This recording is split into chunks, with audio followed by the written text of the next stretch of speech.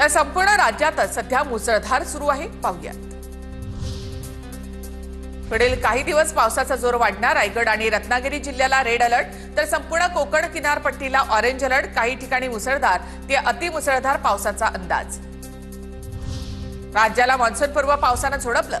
शेतकऱ्यांच्या शेतपिकांचं मोठं नुकसान। समुद्रापुढील 4 दिवस खवळलेला राहील, हवामान विभागाचा अंदाज।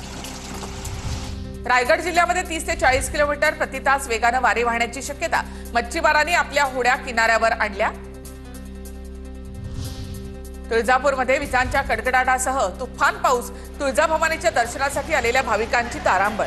पावसामुळे नववधूवरांची देखील फजिती।